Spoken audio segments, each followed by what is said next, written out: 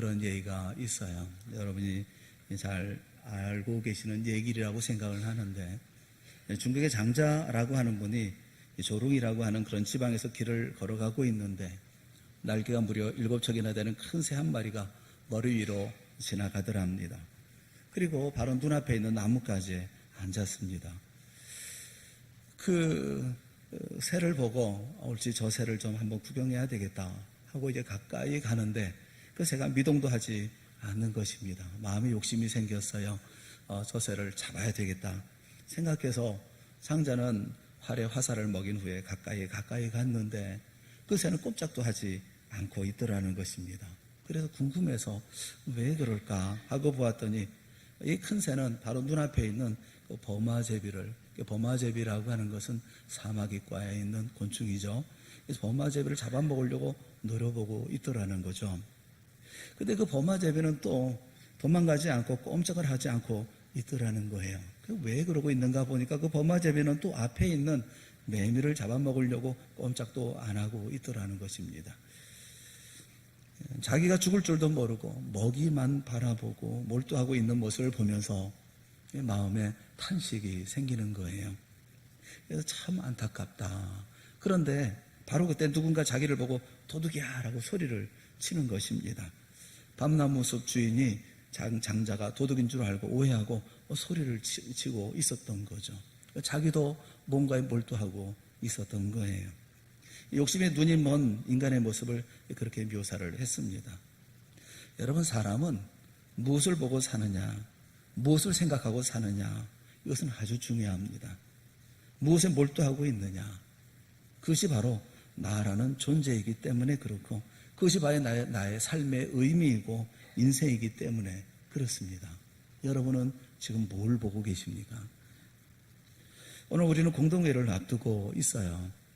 공교롭게도 이제 내일 모레 그 뒤에 13일에는 지방선거도 앞두고 있습니다. 똑같이 사람을 세우는 일이에요. 그런데 많이 달라요. 교회에서 사람 세우는 일하고 또 이 사회에서 사람 세우는 일은 많이 다릅니다.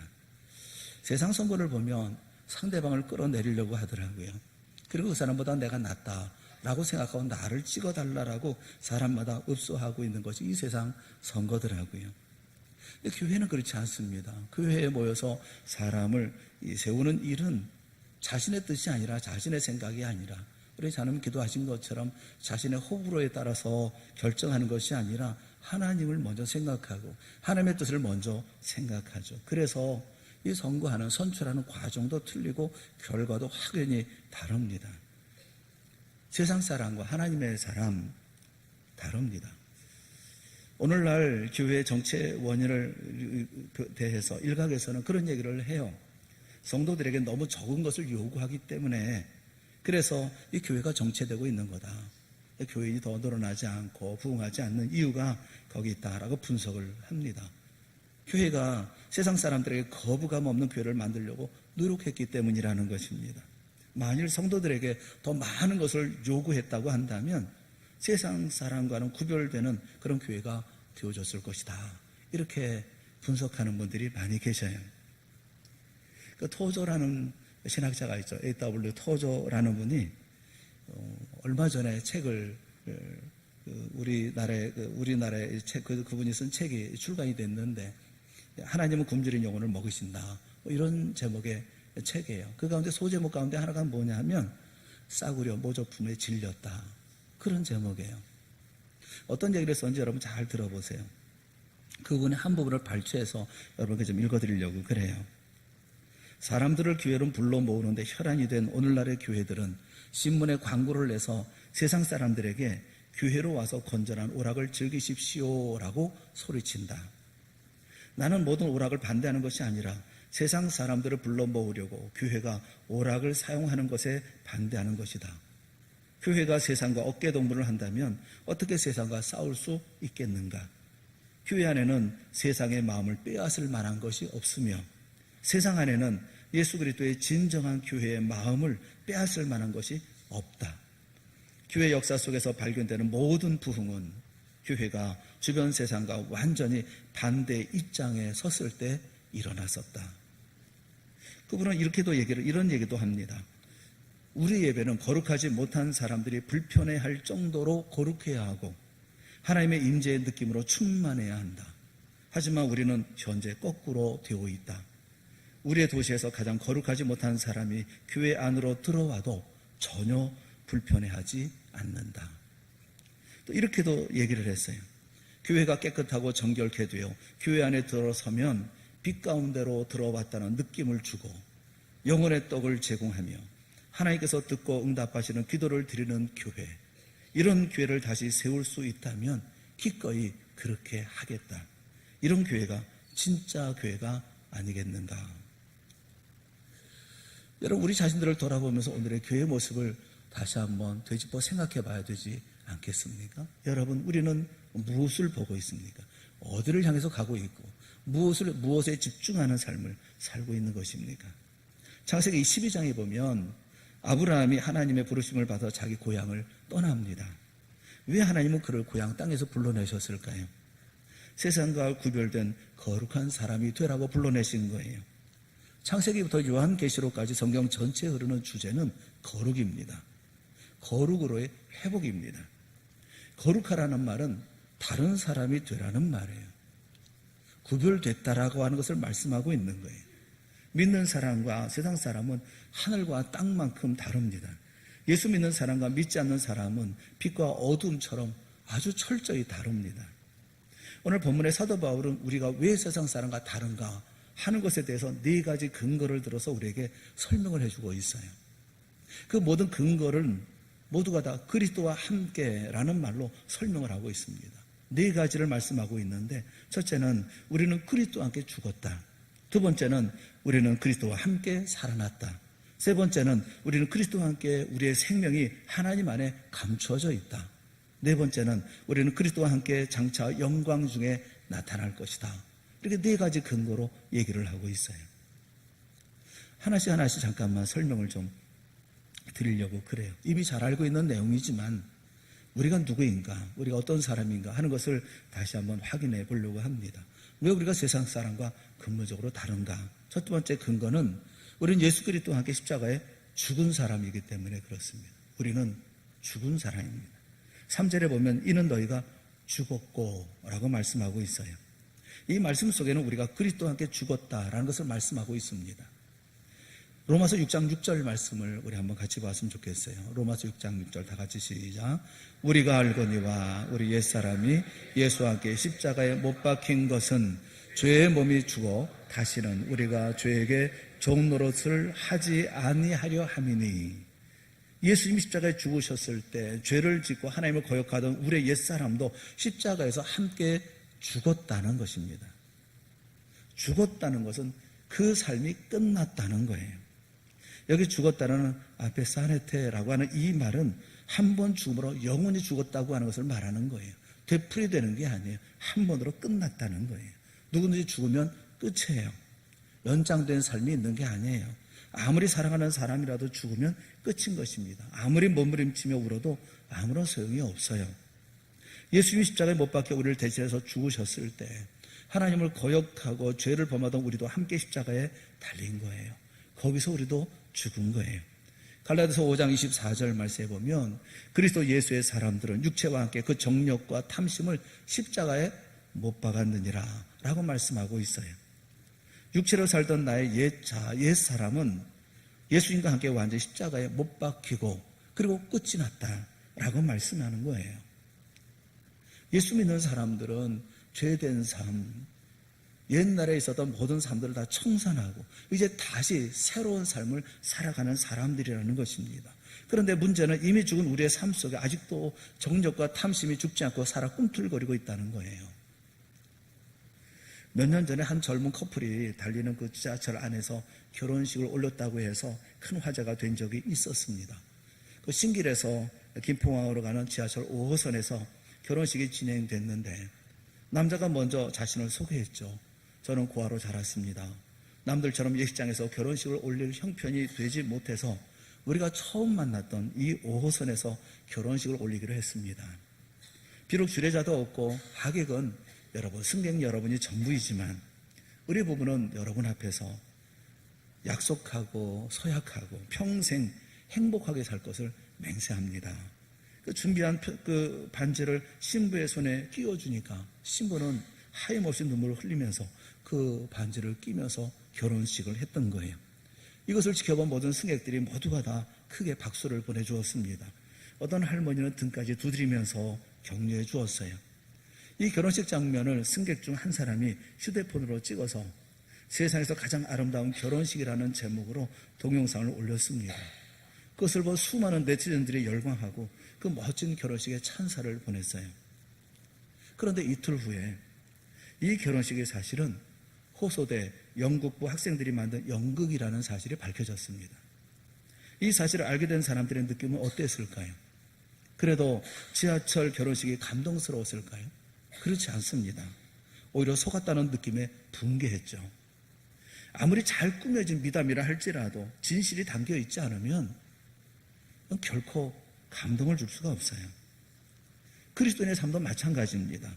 사람들은 성도들의 외적인 아름다움에 감동되지 않습니다.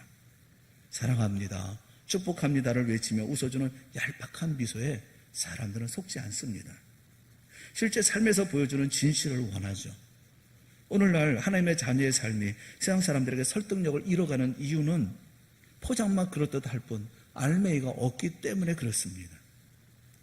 옛 삶에서 끊어진 삶이 있어져야 되는데 여전히 계속 되어지는 삶 속에 삶을 살아가고 있는 우리들이 세상 사람과 뭐가 다를 바가 있다는 것이겠습니까?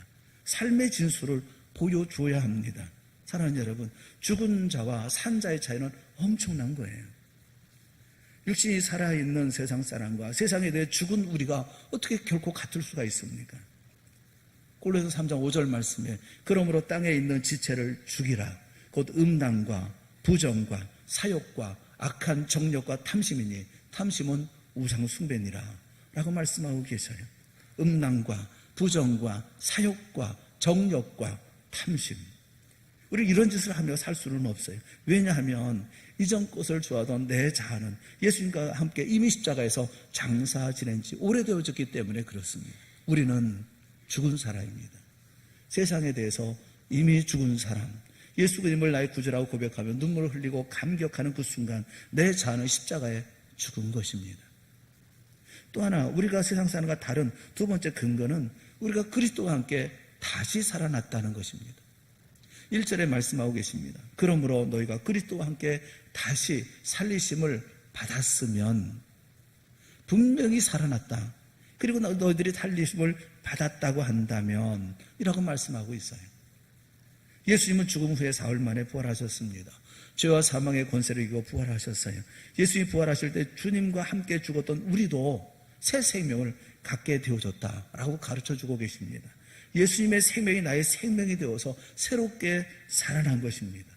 로마서 6장 4절에 있는 말씀 우리 한번 다 같이 보겠습니다. 시작.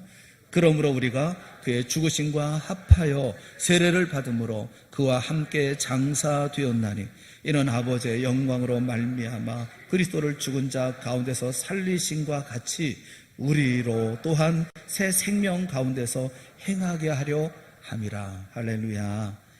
새 생명 가운데, 새 생명. 예수님은 부활과 함께 자신의 생명을 우리에게 주셨고 그 새 생명을 소유한 우리는 예수님과 함께 그 새 생명의 새로운 삶을 시작하게 되어졌다라고 말씀하고 계세요. 갈라디아 2장 20절 말씀에 그래서 내가 그리스도와 함께 십자가에 못 박혔나니 그러즉 이제는 내가 사는 것이 아니요 오직 내 안에 누가 살아요? 그리스도께서 사시는 것이라. 내 안에 그리스도께서 사시는 것이라 선언하고 있어요. 살심을 받았다고 하는 신의 게르세테라고 하는 말도 한 번 살아남으로 영원히 살게 되어진다는, 살게 되었음을 의미하고 있는 거예요.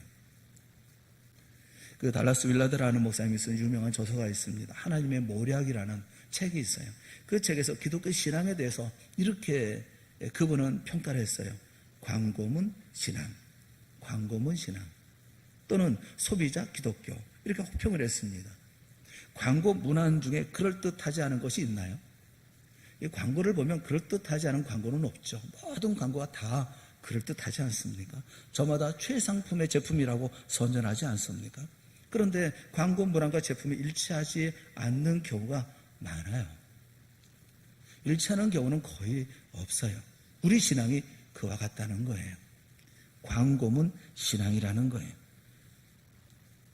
한 목사님이 계시는데 이분은 목사로 부르심을 받기 전에 의류 사업을 하시던 분이었습니다. 옷을 만들어서 팔고 또 타 지역에 이제 옷을 배송하고 이런 일을 하셨어요.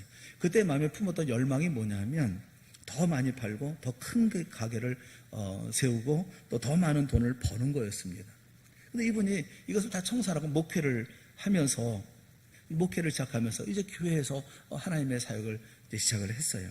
그런데 목회를 하면서 보니까 자기 마음속에 여전히 옛날 사업할 때의 마음이 그대로 남아있더라라는 것을 깨닫게 되어진 거예요. 그것을 생각하면서 굉장히 놀랐다는 것입니다. 이 목사님 말씀이 더 많은 성도를 모으고 더 큰 교회를 만들고 더 큰 영향력을 행사하고 싶은 열망이 비즈니스 할 때와 무엇이 다른가 하면서 탄식을 하셨어요. 세상에서 비즈니스하고 사업하는 거하고 교회에서 목회하는 것하고 뭐가 다를 바가 있나? 성도들을 모으고 더 큰 교회를 짓고 더 큰 영향력을 가지고 살아간다고 한다면 뭐가 다를 바가 있나? 세상의 성공을 그대로 옮겨 놓은 것이 교회요 목회라고 하면 이건 분명히 문제가 아닐 수가 없어요. 여러분, 세상 사람들에게는 주님이 주신 새 생명이 없습니다. 그들은 새로운 피조물도 아니에요. 거듭난 하나님의 자녀도 아닙니다. 예수님과 함께하는 사람도 아니에요. 그렇다면 우리하고 달라도 너무 많이 달라야 되는 거 아니겠어요? 어떤 분은 그런 말까지 했어요. 예수 안 믿는 사람에게 우리와 같이 되라고 말하는 것은 마치 물고기에게 천사와 같이 되라고 말하는 것과 같다. 이렇게 차별을 두면서 얘기도 했었어요. 예수님과 함께 새 생명을 가지고 살아가는 사람의 지향하는 목표는 다릅니다. 골로새 3장 10절 말씀에 보면 새 사람을 입었으니 이는 자기를 창조하신 이의 형상을 따라 지식에까지 새롭게 하심을 입은 자니라. 지식까지 새롭게 함을 입은 사람이 바로 예수님을 믿는 사람들의 삶이라고 말씀하고 있어요. 예수님의 생명이 내 안에 있으니 우리를 창조하시는 하나님, 우리에게 새 생명 주신 예수님을 닮아 주님처럼 변해가는 삶을 살아야 되는 것이다 라고 말씀하고 있습니다. 이것을 일컬어서 성경은 영광에서 영광으로 변해간다, 그렇게 말씀하고 있는 거예요.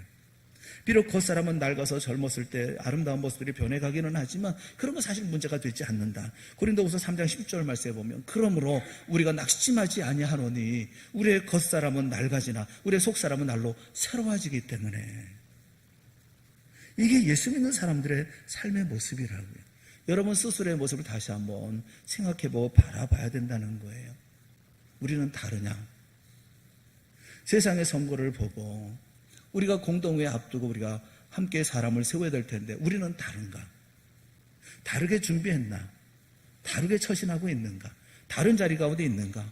돌아보라는 거예요.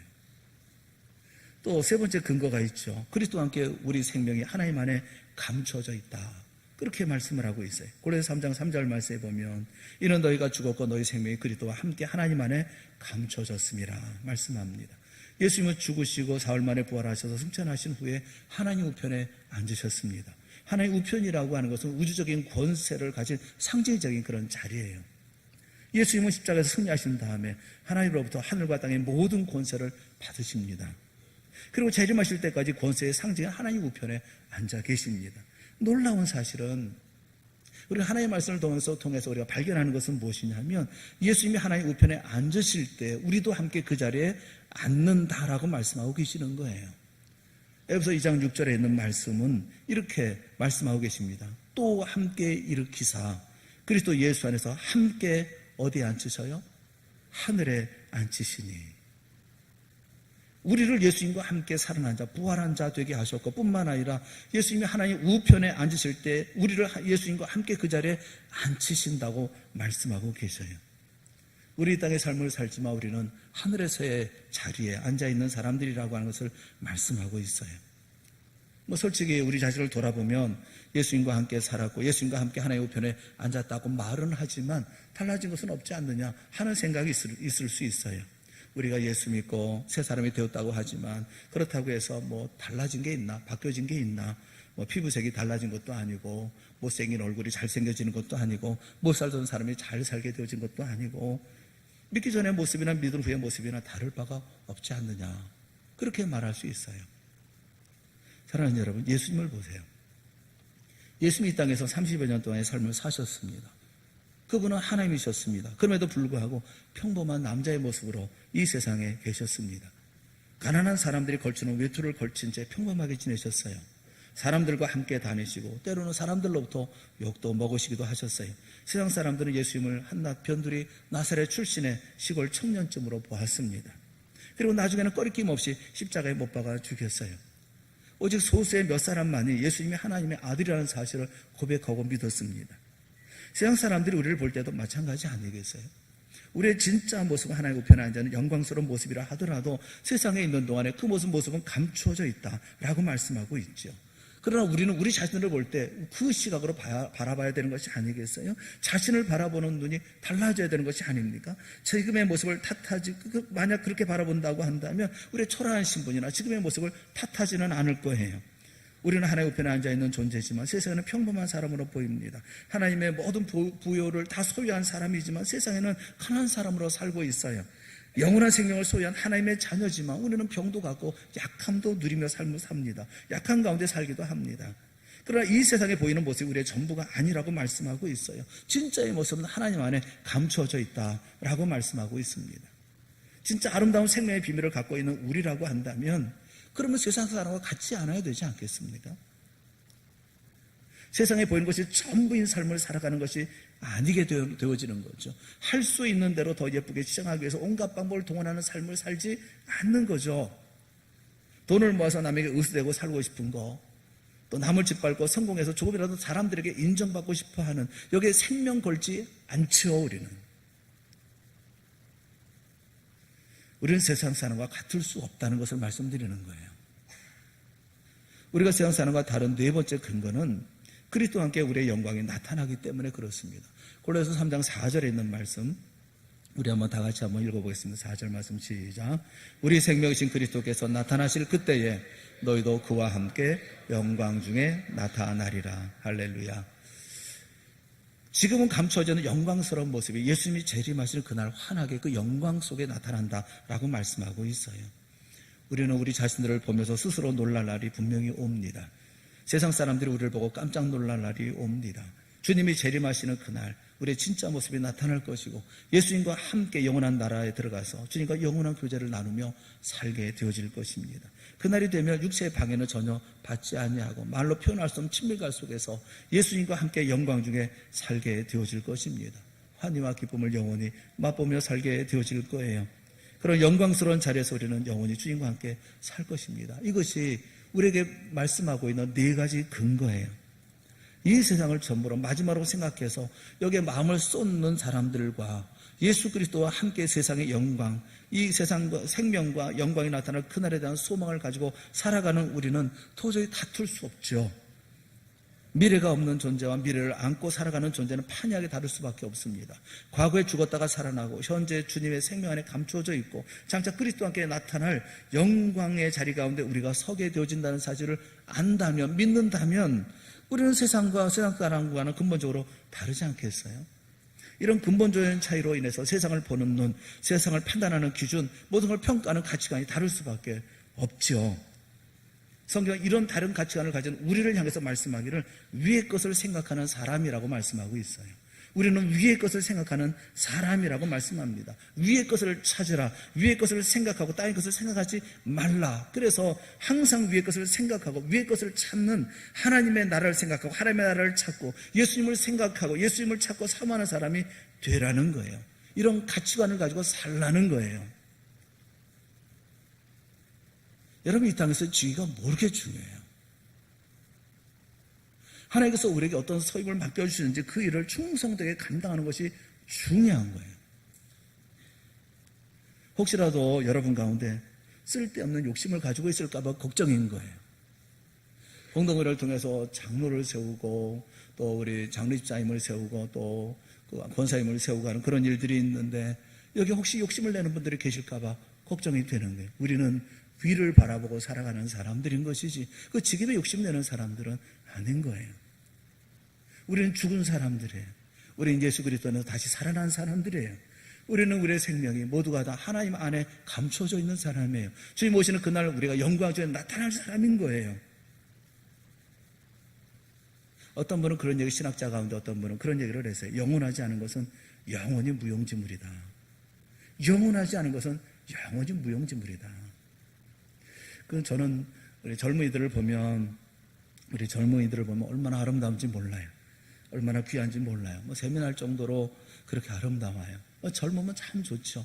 저도 예전에 저럴 때가 있었나 하는 생각이 들고요. 우리 청년들을 보면 참 부럽기도 해요. 그 젊음을 가지고 살아가는 삶이 얼마나 생기가 있고 내려에 대한 소망도 있고, 또 주례하면서 이렇게 보니까 신랑 신부 이렇게 두 사람을 보니까 얼마나 예쁘고 얼마나 아름다운지, 얼마나 큰 소망을 가지고 이제 가정을 시작해 나아갈지, 그들의 벅찬 마음을 가지고 이제 시작해 나갈 터인데, 그런데 여러분, 젊은이라는 게 영원한 건가요? 그들도 얼마 지나지 않으면 저같이 되지 않을까 싶어요. 이 땅에 영원한 거 하나도 없어요. 예수 믿는 사람의 마음은 하늘에 영원에 있는 거예요. 때문에 영원하지 않은 것은 다 무용지물일 뿐인 것입니다. 예수 믿는 사람은 항상 생각이 위에 있기 때문에 위에 있는 거, 영원한 것을 염두에 두고 모든 것을 평가해야 되는 거예요. 주님께서 우리에게 말씀하고 있는 이 말씀, 우리가 깊이 곱씹어 생각하는 우리 모두가 되어질 수 있기를 바라요. 이런 삶을 살아가는 우리가 되어졌으면 좋겠어요. 별거 아닌 거, 대단치 않은 거, 굉장한 것도 아닌 것에 목숨 걸고 살고, 그것 때문에 우리가 다치고 힘들어하고 우리의 삶이 방해되어지고 또 정체되어지고, 그런가 하면 가야 할 길도 가지 못하는 그런 일이 생길까 봐 걱정스러운 거예요. 어느 마을에 아주 어릴 때부터 개똥이라고 불리던 푸주간 주인이 있었습니다. 어느 날 잘 차려입은 양반이 푸주간에 들어와서 소리를 질렀어요. 어이 개똥이, 고기 한 건 줘봐. 푸주간 주인이 고기를 썰고 있는데 이번에는 옷을 남루하지만 기품이 있어 보이는 다른 양반이 들어와서 점잖게 주문을 했습니다. 여보게 박서방, 고기 한 근 주시게나. 푸주간 주인은 그 두 사람에게 모두 고기 한 근씩을 건네주었습니다. 그런데 먼저 주문한 양반이 가만히 보니까 다 똑같이 한 근씩 주문했는데 두 번째 손님의 고기가 자기 거보다 훨씬 큰 거예요. 화가 나서 그가 버럭 소리를 지르면서 따져 물었습니다. 야 이놈아, 똑같이 한 근을 주문했는데 왜 내 한 근은 쥐똥만 하고 저 양반 한 근은 저리도 많으냐? 소리 질렀어요. 그랬더니 푸주간 주인이 무뚝뚝하게 대답을 했어요. 나리의 고기는 개똥이가 썬 것이고 저쪽 나리의 고기는 박서방이 썬 것이라서 그렇습니다. 사람도 어떻게 대접하느냐에 따라서 마음이 좋지 않은 거예요. 사무엘상 2장 30절 말씀에 보면 하나님께서 우리에게 이렇게 말씀하십니다. 나를 존중히 여기는 자를 내가 존중히 여기고 나를 멸시하는 자를 내가 경멸하리라 말씀하고 계세요. 따라해보면 좋을 것 같아요. 나를 존중히 여기는 자를 내가 존중히 여기고 나를 멸시하는 자를 내가 경멸하리라. 무섭지 않아요? 우리의 주이신 하나님, 우리 우주를 다스리는 분이 보잘것없는 내가 인정해드린다고 더 높아지시거나 깎아내린다고 깎아주시는 분이겠습니까? 그렇지 않죠. 그러나 적어도 주님께서 말씀하시는 말씀을 존중해야죠. 저는 주님께서 우리를 사랑한다는 사실이 너무나 놀라운 거예요. 너무나 귀한 거예요. 어찌 우리를 사랑할 수가 있을까? 표현할 수 없을 만큼의 구체적인 사랑이잖아요. 저는 주 앞에서 주님 저를 어떻게 이렇게 사랑하십니까? 라고 할 때마다 떠오르는 성경 말씀이 있어요. 지렁이 같은 너 야곱아 라는 말씀이 떠올라요. 야곱, 이스라엘 백성들조차도 볼 때는 지렁이같이 보여지는, 하나님의 시각에서 볼 때, 하나님 볼 때는 그런 가치밖에 안 되는 지렁이 같은 야곱, 그러나 내가 너를 사랑한다 라고 말씀하고 계시잖아요. 한 민족을 볼 때에도 그처럼 말씀하신다면 나는 이렇게 나를 향해서 베푸시는 하나님의 특별한 사랑이 우리의 일상 속에서 구체적으로 개입하셔서 말씀하시고 이런 삶을 인도하실 수 있도록 우리를 붙들어 주시고 또 역사해 주신다고 생각한다고 한다면 이 과분하지 않아요? 과분하다는 말로 표현할 수 없잖아요. 그런데 하나님께서 우리에게 말씀하시면 너는 죽었어, 너는 살았어, 너는 감춰져 있어, 영광 중에 나타날 거야 라고 말씀하시면 아멘 하고 그런 삶을 살아야죠. 세상에 욕심낼 것이 아니고 세상 바라보지 말고 엉뚱한 생각 갖지 말고 주 앞에서 내가 감당해야 할 일 최선을 다해 충성스럽게 감당해야 되지 않겠어요? 한 주간 동안에 우리가 이 공동교회에서 기도했어요. 그 첫날 제가 그런 말씀을 드렸어요. 따라해보세요 하면서 말씀을 드렸어요. 공동회를 통해서 나를 세워주시면 감사하고, 나를 세워주지 않는다고 한다면 당연하고, 그렇지 않아요?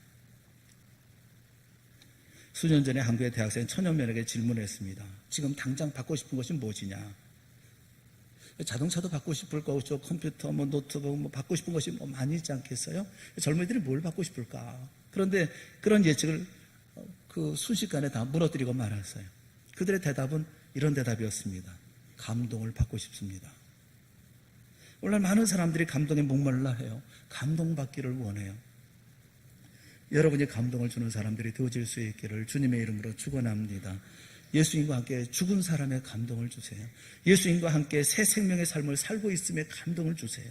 예수님과 함께 우리의 삶이 하나님 앞에 감춰져 있음에 하늘에서의 삶을 이 땅에서 살아가는 우리의 삶으로 감동을 주세요.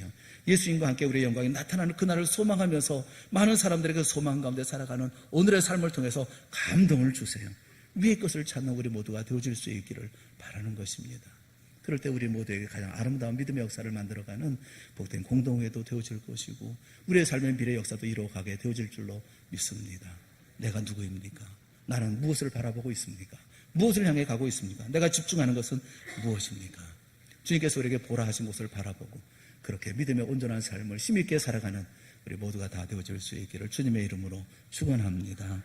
기도하겠습니다. 사랑하는 하나님 아버지, 은혜를 감사합니다. 우리를 어찌 그리 사랑하시는지요. 우리 같은 사람, 눈에도 차지 않고 눈에도 보이지 않는 사람, 미천한 우리들을 사랑하여 주셔서 우리의 일상 속에 찾아와 주시고 일일이 동행하여 주시옵시고 우리의 손을 붙들어 주시옵시고 오늘도 주 앞에 숨쉬게 하여 주시옵시며 맡기신 일에 충성하게 하여 주시니 그 은혜를 감사합니다.